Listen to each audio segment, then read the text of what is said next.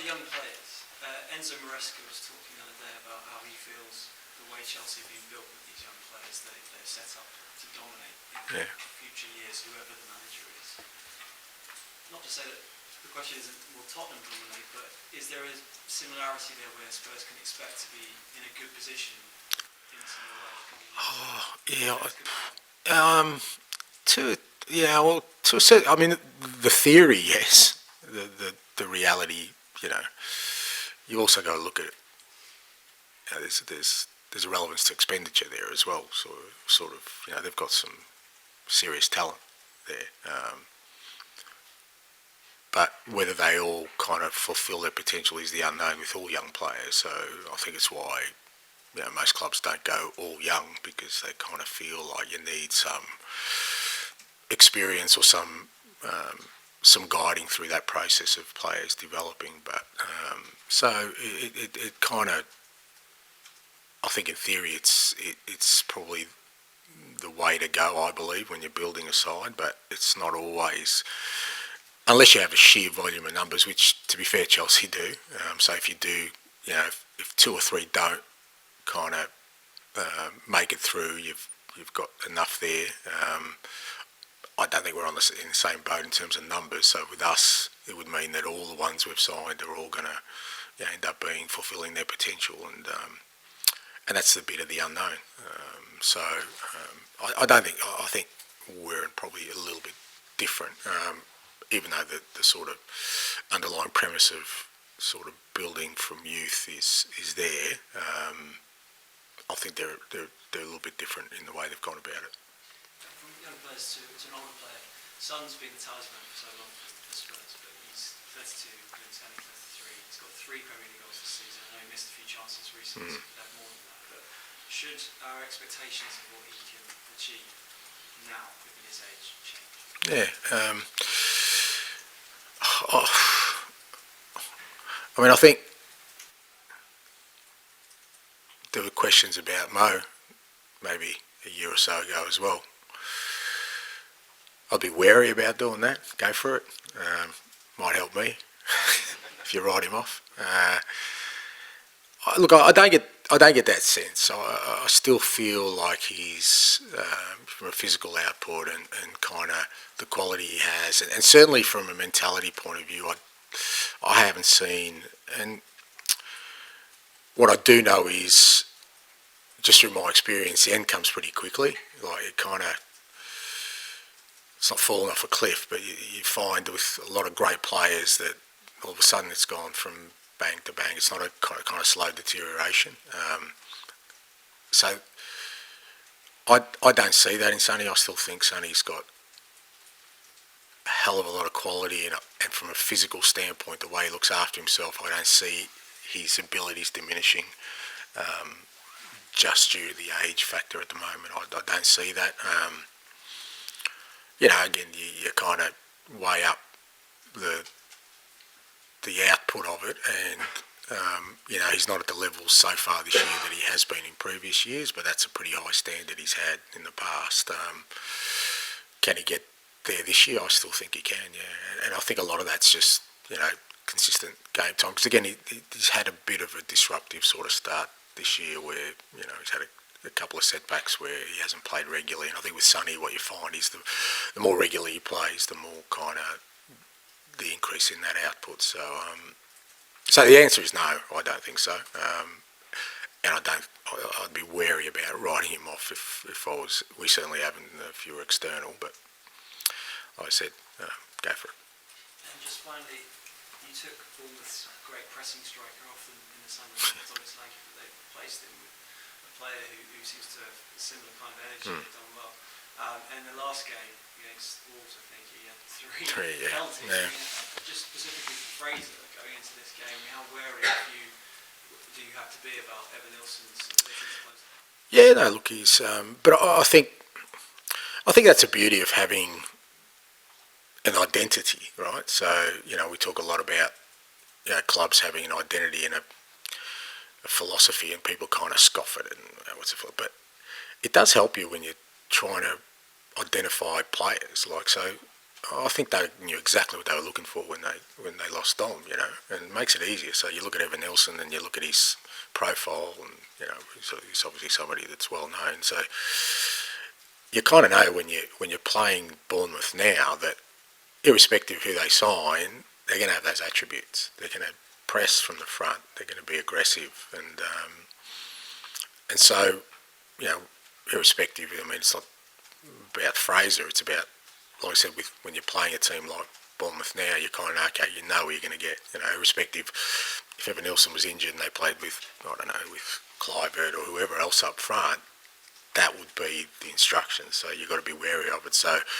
it comes down to providing information for the team as to you know what to expect, and you know we definitely expect they're going to be aggressive. You know, that Evanilson sort of leads that at the front, and that's the team they are. Matt. Do you wish you'd set off the season with a bigger squad? I mean, you can't legislate for injuries, but it almost feels like you can these days with the schedule. It just depends. I mean, a bigger squad with just numbers, no. You know, that's what it comes down to for me. It's about a bigger squad of players who are going to be able to contribute is more important to me. And I don't think, you know, we had the capacity to do that. Like I said, we're you know what, we're 3 transfer windows into rebuilding a team. You know, rebuilding a squad, rebuilding a playing style. So I think we'll get to that point, and that's what we need to keep sort of reinforcing, where we have a squad and a group of players who can compete, you know, in the elite European competitions and domestically. And look, some of it this year's been unfortunate. I mean, you know, it's not just injuries, like the soft tissue injuries, obviously we've had, you know, we've got 3 at the moment, but the others like, you know, Vic and Romero and illnesses and suspensions, and, you know, you just can't legislate for. You just don't, you know, like I said, they always happen, but you kind of hope that they're spread out a bit more than what they have been for us. But there's no doubt we've still got work to do with the squad and the team, which I don't think would be surprising to anyone. How many would you like in January? Is it possible to give us a clue? Because January is a bit, again, it's a bit tricky, and like I said, a lot of that will depend on sort of. I know, you know, it's only 3 weeks away, but there's a lot that's going to happen in these 3 weeks around sort of, you know, who we get back in that time, where we sit from a sort of health point of view of the squad in at the beginning of January. So, and you know, like I said, January is a tricky one. You don't really see, you know, I wouldn't expect us to do too many significant things in January. But if, you know, if we're kind of, say in January 1 we're exactly the same position we are now with 9 players out, I reckon we'd be doing something. John? You said that Dom is still not quite 100%. I imagine tomorrow, you know, I'm sure he wants to play every single game, but I imagine tomorrow he's desperate to start and play really full part, isn't he? Yeah, I'm hoping that extra percentage comes from just him getting back. And look, he, like I said, he wanted to play on the weekend too, but he couldn't get out of his car, let alone run around a pitch. So, so yeah, look, hopefully, like I said, he'll get through training today, and again, we've got another 24 hours or more to game time, and yeah, I'm sure I know how, you know how closely connected he feels with Bournemouth, because it was kind of his way back, you know, into having the career that he wanted. You know, he got it. You know, it was through Bournemouth that he got to move here. He got back in the England squad because, you know, all these kind of things. And as I said, his journey of, you know, starting at some big clubs and not quite working out. You know, it was Bournemouth the ones who invested in him and worked with him. And so I'm sure, you know, he spent a lot of time there. He's keen to get back there, and you know, I'm sure he wants to do well. Not because he wants to hurt them, but because he wants to sort of show them that, you know, everything they've invested in him, you know, he's appreciated.